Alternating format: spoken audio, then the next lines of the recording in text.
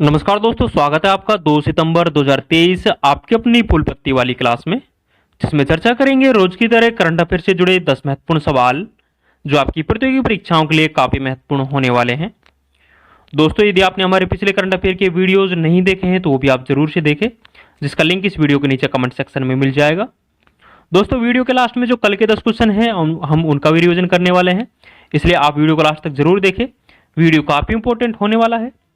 दोस्तों, यदि आप चैनल पर नए हैं तो प्लीज चैनल को सब्सक्राइब करें। यदि आपको वीडियो पसंद आता है तो वीडियो को लाइक भी करें और ज़्यादा से ज़्यादा इस वीडियो को अपने दोस्तों के साथ में शेयर करें। तो बिना किसी देरी के स्टार्ट करते हैं आज का पहला क्वेश्चन। पहला क्वेश्चन है, हाल ही में ज्यूरिक डायमंड लीग 2023 में नीरज चोपड़ा ने कौन सा पदक जीता है? तो हाल ही में ज्यूरिक डायमंड लीग 2023 का आयोजन हुआ है। इसमें भारतीय खिलाड़ी नीरज चोपड़ा के द्वारा रजत पदक जीता गया है। नीरज चोपड़ा ने इस प्रतियोगिता में 85.78 मीटर दूर भाला फेंका है और रजत पदक अपने नाम किया है। स्वर्ण पदक है जो चेक गणराज्य के जेकब के द्वारा जीता गया है। जेकब ने 85.86 मीटर दूर भाला फेंका है और स्वर्ण पदक जीता है, तो यह आपको ध्यान रखना है। और हाल ही में विश्व एथलेटिक्स चैंपियनशिप का आयोजन हुआ था। इसमें भारतीय खिलाड़ी नीरज चोपड़ा के द्वारा 88.17 मीटर दूर भाला फेंक कर गोल्ड मेडल जीता था। इस प्रतियोगिता में रजत पदक है जो पाकिस्तानी खिलाड़ी अरशद नदीम के द्वारा जीता गया था। दोहा डायमंड लीग में भी नीरज चोपड़ा के द्वारा गोल्ड मेडल जीता गया था और टोक्यो ओलंपिक 2020 में नीरज चोपड़ा ने गोल्ड मेडल जीता था। तो ये सभी पॉइंट्स आपको ध्यान रखने हैं। कुछ ललन टॉप बातें और ध्यान रखेंगे। विश्व एथलेटिक्स चैंपियनशिप का आयोजन है जो हंगेरी की राजधानी बुडापेस्ट में होता है। विश्व बैडमिंटन चैंपियनशिप का आयोजन है जो कोपेनहेगन डेनमार्क में होता है। टोक्यो ओलंपिक में भारत ने कुल कितने पदक जीते? तो टोक्यो ओलंपिक में भारत के द्वारा कुल 7 पदक जीते गए थे, जिसमें 1 गोल्ड मेडल, 2 सिल्वर और 4 ब्रॉन्ज मेडल जीते गए थे। एकमात्र गोल्ड है ये नीरज चोपड़ा के द्वारा जीता गया था। 2 सिल्वर मेडल है जो एक मीराबाई चानू और दूसरा रवि दहिया के द्वारा जीता गया था, तो ये भी आपको ध्यान रखना है। विश्व शतरंज चैंपियनशिप का आयोजन है जो अजरबैजान की राजधानी बाकू में होता है। इसका विजेता है जो कार्लसन रहता है, जो कि नॉर्वे के रहने वाले हैं। उपविजेता है जो इसमें भारतीय खिलाड़ी आर प्रज्ञानंद रहते हैं, तो आर प्रज्ञानंद है जो चेन्नई के रहने वाले हैं, तो ये भी आपको ध्यान रखना है। दोस्तों, आगे बढ़ने से पहले मैं आपको बता दूं, इन सभी 10 क्वेश्चन की जो पीडीएफ है वो हमारे टेलीग्राम चैनल जीने स्टॉक पर मिल जाएगी, जिसका लिंक इस वीडियो के नीचे कमेंट सेक्शन में दिया हुआ है। यहाँ जाकर आप ये पीडीएफ डाउनलोड कर सकते हो। यदि आपको वीडियो पसंद आ रहा है तो प्लीज़ वीडियो को लाइक करें और यदि आपने अभी तक हमारे चैनल को सब्सक्राइब नहीं किया है तो प्लीज़ चैनल को सब्सक्राइब भी करें और इस वीडियो को ज़्यादा से ज़्यादा अपने दोस्तों के साथ में शेयर करें। आगे बढ़ते हैं। नेक्स्ट क्वेश्चन है, हाल ही में किस भारतीय को रेमन मैग्सेस पुरस्कार 2023 से सम्मानित किया गया है? तो हाल ही में डॉक्टर रवि कन्नन जो कि कैंसर विशेषज्ञ हैं, इनको रेमन मैग्सेस पुरस्कार 2023 से सम्मानित किया गया है। इसके अलावा 3 व्यक्तियों को और रेमन मैग्सेस पुरस्कार दिया गया है, जिसमें कॉर्वी रक्षंद, यूजेनियो लेमोस और मिरियम कॉर्नेल फेरस है। इनको रेमन मैग्सेस पुरस्कार 2023 से सम्मानित किया गया है। डॉक्टर रवि कन्नन है जो कि एक कैंसर रोग विशेषज्ञ है। इससे पहले जो रविश कुमार है, इनको द प्राइम टाइम के लिए रेमन मैग्सेस पुरस्कार 2019 में प्रदान किया गया था। यदि रेमन मैग्सेस पुरस्कार के बारे में बात करें तो इसे एशिया का नोबेल के नाम से जानते हैं। इसकी स्थापना है जो 1957 में होती है और ये मनीला फिलीपींस में दिए जाते हैं। और रेमन मैग्सेस पुरस्कार प्राप्त करने वाले जो पहले भारतीय थे वो विनोबा भावे थे। 1958 में इन्हें रेमन मैग्सेस पुरस्कार है जो प्रदान किया गया था। कुछ ललनटो बातें और ध्यान रखें। एडीबी का मुख्यालय है जो मनीला फिलीपींस में है और इसकी स्थापना है जो 1966 में होती है। भूदान आंदोलन की शुरुआत है जो विनोबा भावे करते हैं। विनोबा भावे है ये पहले व्यक्तिगत सत्याग्रही है। ताल और मेयन ज्वालामुखी है ये फिलीपींस में स्थित है, तो ये भी आपको ध्यान रखना है। नेक्स्ट क्वेश्चन देखेंगे, हाल ही में पहली बार किसने इस्लामिक बैंकिंग प्रारंभ की है?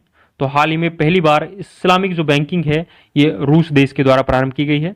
इसकी शुरुआत है जो 1 सितंबर 2023 से इसकी शुरुआत हो गई है और ये शरिया कानून पर आधारित बैंकिंग है और इसमें शराब, सट्टा, तंबाकू आदि पर जो लोन दिया जाता है इन पर प्रतिबंध लगाया गया है, तो ये भी आपको ध्यान रखना है।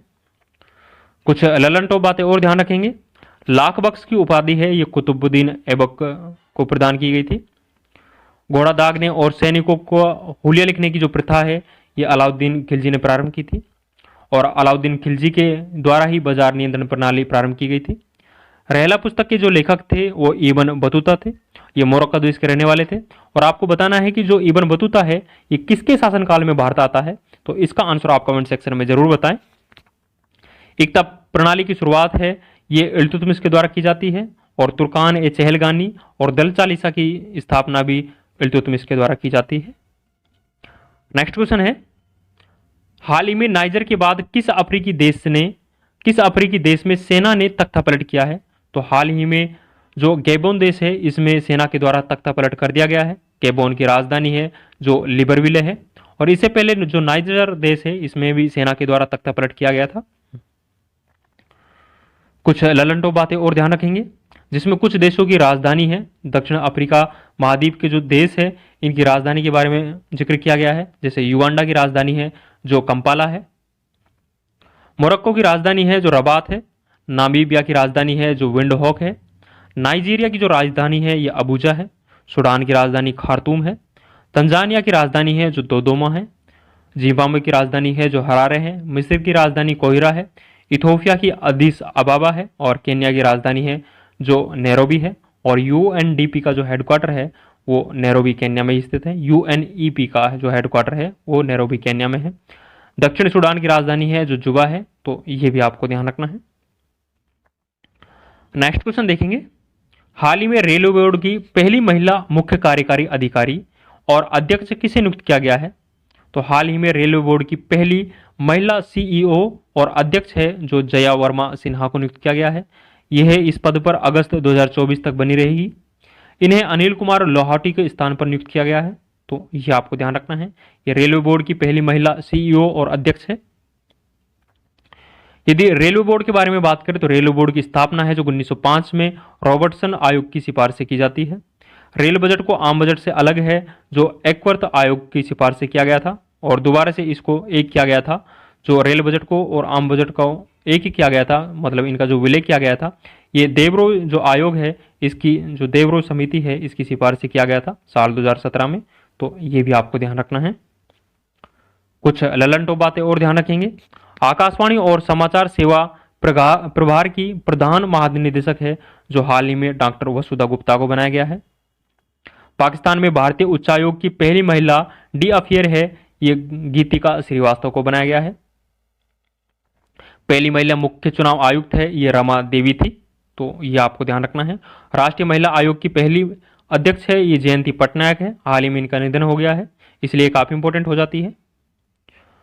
नेक्स्ट क्वेश्चन देखेंगे, हाल ही में केंद्र सरकार ने एक राष्ट्र एक चुनाव की संभावना तलाशने के लिए किसकी अध्यक्षता में एक समिति का गठन किया है?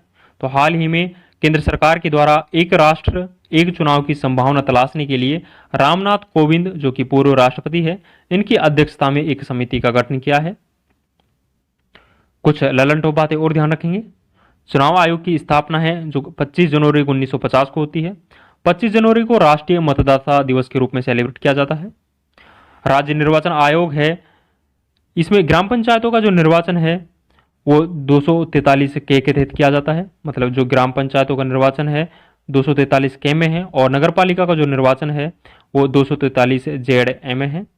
पहले मुख्य चुनाव आयुक्त है वो सुकुमार सेन थे और वर्तमान चुनाव आयुक्त कौन है इसका आंसर आप कमेंट सेक्शन में जरूर बताएं। चुनाव आयोग के द्वारा हाल ही में राष्ट्रीय आइकन है ये सचिन तेंदुलकर को बनाया गया है, तो ये भी आपको ध्यान रखना है। नेक्स्ट क्वेश्चन देखेंगे, केंद्र सरकार ने किस माह को छठा राष्ट्रीय पोषण माह घोषित किया है? तो हाल ही में केंद्र सरकार के द्वारा छठा राष्ट्रीय पोषण माह है ये सितंबर माह को घोषित किया है, तो ये आपको ध्यान रखना है। और इसका प्रमुख उद्देश्य है जो माह घोषित करने के पीछे वो सुपोषित भारत, साक्षर भारत और मजबूत भारत बनाना इसका प्रमुख उद्देश्य है। यदि आर्टिकल 47 के बारे में बात करें, आर्टिकल 47 के बारे में बात करें तो इसमें कहा गया है कि राज्य अपने लोगों के पोषण स्तर और जीवन स्तर को ऊंचा करने और लोक स्वास्थ्य के सुधार को अपने प्राथमिक कर्तव्यों में शामिल करेगा, तो आर्टिकल 47 में कहा गया है। कुछ ललनटो बातें और ध्यान रखेंगे, अंतर्राष्ट्रीय साक्षरता दिवस है ये प्रत्येक साल 8 सितंबर को सेलिब्रेट किया जाता है। राष्ट्रीय हिंदी दिवस 14 सितंबर को सेलिब्रेट किया जाता है। विश्व ओजोन दिवस है ये 14 सितंबर को तो राष्ट्रीय हिंदी दिवस सेलिब्रेट किया जाता है, और विश्व ओजोन दिवस है ये 16 सितंबर को सेलिब्रेट किया जाता है। बिकॉज 16 सितंबर 1987 को मॉन्ट्रियल प्रोटोकॉल होता है जो कि ओजोन परत के संरक्षण से संबंधित था, इसीलिए 16 सितंबर को विश्व ओजोन दिवस के रूप में सेलिब्रेट किया जाता है। विश्व पर्यटन दिवस है ये 27 सितंबर को सेलिब्रेट किया जाता है, तो ये भी आपको ध्यान रखना है। नेक्स्ट क्वेश्चन है, हाल ही में आधार से संबद्ध जन्म पंजीकरण शुरू करने वाला पूर्वोत्तर का पहला राज्य कौन सा है? तो हाल ही में आधार से संबद्ध जन्म पंजीकरण शुरू करने वाला पूर्वोत्तर का जो पहला राज्य है वो नागालैंड है। इस योजना को पीछे प्रमुख उद्देश्य है जो बच्चे हैं उनको सरकारी योजनाओं का लाभ मिल सके, इसलिए आधार से संबंध पंजीकरण है जो नागालैंड के द्वारा प्रारंभ किया गया है, तो ये आपको ध्यान रखना है। कुछ लल्लनटॉप बातें और ध्यान रखेंगे। नागालैंड राज्य है जो 1 दिसंबर 1963 को बना था, और 1 दिसंबर को हॉर्नबिल फेस्टिवल के रूप में नागालैंड है जो सेलिब्रेट करता है। हॉर्नबिल को फेस्टिवल के नाम से जाना जाता है। मणिपुर, त्रिपुरा, मेघालय है ये 1972 में इनकी स्थापना होती है। अरुणाचल प्रदेश और मिजोरम है ये 20 फरवरी 1987 को इनको राज्य का दर्जा प्रदान होता है। माउंट सारामती जो पर्वत है ये नागालैंड में स्थित है, तो ये भी आपको ध्यान रखना है। नेक्स्ट क्वेश्चन है, हाल ही में स्वराज ट्रैक्टर ने किसे अपना ब्रांड एम्बेसडर नियुक्त किया है? तो हाल ही में स्वराज ट्रैक्टर के द्वारा अपना ब्रांड एम्बेसडर है जो महेंद्र सिंह धोनी को नियुक्त किया है। कुछ लल्लनटॉप बातें और ध्यान रखेंगे। ऑयल इंडिया के द्वारा हाल ही में अपना ब्रांड एम्बेसडर है जो सेफ संजीव कपूर को बनाया है। बीपीसीएल ने अपना ब्रांड एम्बेसडर है जो राहुल द्रविड़ को बनाया है। इंफोसिस ने अपना ब्रांड एम्बेसडर है जो पुरुषों में राफेल नडाल को, और महिला है जो ईका स्वेटेक को बनाया है। महाराष्ट्र सरकार के द्वारा अपना पहला स्माइल एम्बेसडर है ये सचिन तेंदुलकर को बनाया है, और सेवलन इंडिया के द्वारा भी अपना पहला हैंड एम्बेसडर है ये सचिन तेंदुलकर को ही बनाया है। नेक्स्ट क्वेश्चन है, हाल ही में FIDE world rapid team championship का पहला संस्करण कहाँ आयोजित हुआ है? तो इसका पहला संस्करण है ये जर्मनी में आयोजित हुआ है। इसमें पहले स्थान पर है जो WR टीम इसमें पहले स्थान पर रही है। टीम फ्रीडम है जो दूसरे स्थान पर रही है, और भारतीय टीम MGD1 है जो इसमें थर्ड स्थान पर रही है। तो यह आपको ध्यान रखना है कि ये FIDE world rapid team championship का आयोजन है जो पहली बार हुआ है, और इसका पहली बार आयोजन है जो जर्मनी के अंदर किया गया है। कुछ लल्लनटॉप बातें और ध्यान रखेंगे। अंडर 19 T20 महिला विश्व कप जो कि पहला संस्करण था, इसका आयोजन है जो दक्षिण अफ्रीका में होता है। इसकी विजेता है जो भारत इसका विजेता रहा था। भारत की जो इसमें कप्तान थी वो शेफाली वर्मा थी। WPL 2023 का विजेता है ये मुंबई इंडियंस है। मुंबई इंडियंस की जो कप्तान थी वो हरमनप्रीत कौर थी। WPL 2023 के सबसे महंगे खिलाड़ी के बारे में बात करें तो स्मृति मंदाना थी। 3.4 करोड़ रुपए में RCB टीम के द्वारा इन्हें खरीदा गया था। IPL 2023 का जो कि 16 संस्करण खेला गया था, इसकी विजेता टीम है जो चेन्नई सुपर किंग इसकी विजेता टीम थी। और उपविजेता के बारे में बात करें तो गुजरात टाइटंस है जो इसकी उपविजेता रही है। रणजी ट्रॉफी 2023 की विजेता है जो सौराष्ट्र इसका विजेता रहा है। यदि उपविजेता के बारे में बात करें तो बंगाल है जो इसमें उपविजेता रहा है, तो यह आपको ध्यान रखना है। दोस्तों ये 10 इंपॉर्टेंट हमने आज के डिस्कस किए हैं। जो कल के 10 क्वेश्चन हैं उनका भी एक बार क्विक रिवीजन कर लेते हैं, जिसमें पहला क्वेश्चन था, हाल ही में केंद्र सरकार ने मेरा बिल मेरा अधिकार योजना कहां प्रारंभ की है? तो हाल ही में केंद्र सरकार के द्वारा 3 राज्य और 2 केंद्र शासित प्रदेशों में मेरा बिल और मेरा अधिकार योजना प्रारंभ की है, जो राज्य असम, गुजरात और हरियाणा है। और यूटी के बारे में बात करें तो दादर नागर हवेली, दमन दीव और पुडुचेरी है जो इसमें मेरा बिल और मेरा अधिकार योजना है ये केंद्र सरकार के द्वारा प्रारंभ की गई है। नेक्स्ट है, हाल ही में चर्चा में रही कंपाला मंत्री स्तरीय घोषणा का संबंध किससे है? तो इस घोषणा का संबंध है जो युगांडा से है। नेक्स्ट है, हाल ही में खुफिया जानकारी एकत्रित करने के लिए AI आधारित ओरॉन विमान किसने लॉन्च किया है? ये ओरॉन विमान है ये इजराइल के द्वारा लॉन्च किया गया है। नेक्स्ट है, हाल ही में चंद्रयान 3 के प्रज्ञान रोवर ने चंद्रमा के दक्षिणी ध्रुव पर किसकी पुष्टि की है? तो चंद्रमा के दक्षिणी ध्रुव पर चंद्रयान 3 के जो प्रज्ञान रोवर है इनके द्वारा सल्फर की पुष्टि की गई है। नेक्स्ट क्वेश्चन है, हाल ही में किस राज्य के भदरवाह राजमा और रामबन सुलई शहद को GI टैग मिला है? तो ये जम्मू कश्मीर के उत्पाद है। नेक्स्ट है, हाल ही में मछुआरों की सुरक्षा के लिए नवमित्र उपकरण का विकास किसने किया है? तो इसका विकास है जो इसरो के द्वारा किया गया है। नेक्स्ट है, हाल ही में विश्व संस्कृत दिवस 2023 कब मनाया गया है? तो ये विश्व संस्कृत दिवस है, ये 30 अगस्त को मनाया गया है। इसको मनाने की शुरुआत है जो 1969 से इसको शुरुआत होती है। आपको ध्यान ये रखना है कि ये जो दिवस है ये श्रावण पूर्णिमा को मनाया जाता है। नेक्स्ट है, मुंबई में लॉन्च होने वाला प्रोजेक्ट 17A का 7वां और अंतिम स्टील युद्धपोत कौन सा है? तो INS महेंद्रगिरी है जो प्रोजेक्ट 17A के तहत 7वां और अंतिम युद्धपोत है।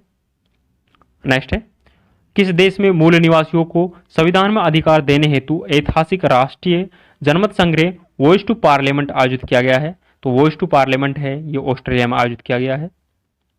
अंतिम क्वेश्चन है, हाल ही में राष्ट्रपति द्रौपदी मुर्मू ने किस राज्य के पूर्व मुख्यमंत्री NT रामाराव की स्मृति में 100 रुपये का सिक्का जारी किया है?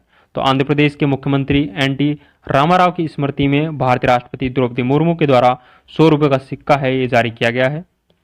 NT रामाराव है ये आंध्र प्रदेश के 3 बार मुख्यमंत्री रह चुके हैं, तो ये भी आपको ध्यान रखना है। दोस्तों ये 10 इंपॉर्टेंट क्वेश्चन हमने आज के और कल के डिस्कस किए हैं जो कि आपकी परीक्षाओं की दृष्टि से काफ़ी इंपॉर्टेंट है। आज के सभी 10 क्वेश्चन की जो PDF है वो हमारे टेलीग्राम चैनल जीनेस्टॉक पर मिल जाएगी, जिसका लिंक इस वीडियो के नीचे कमेंट सेक्शन में दिया हुआ है। यहाँ जाकर आप ये PDF डाउनलोड कर सकते हो। दोस्तों यदि आपको वीडियो पसंद आया है तो प्लीज़ वीडियो को लाइक करें, और यदि आपने अभी तक हमारे चैनल को सब्सक्राइब नहीं किया है तो प्लीज़ चैनल को सब्सक्राइब भी करें, और इस वीडियो को ज़्यादा से ज़्यादा अपने दोस्तों के साथ में शेयर करें। यदि आपको वीडियो से संबंधित कोई सुझाव देना है तो प्लीज़ कमेंट सेक्शन में आप सुझाव दे सकते हो। आप सभी का सुझाव आमंत्रित है। आज के लिए बस इतना ही, मिलते हैं नेक्स्ट वीडियो में। थैंक यू, जय हिंद।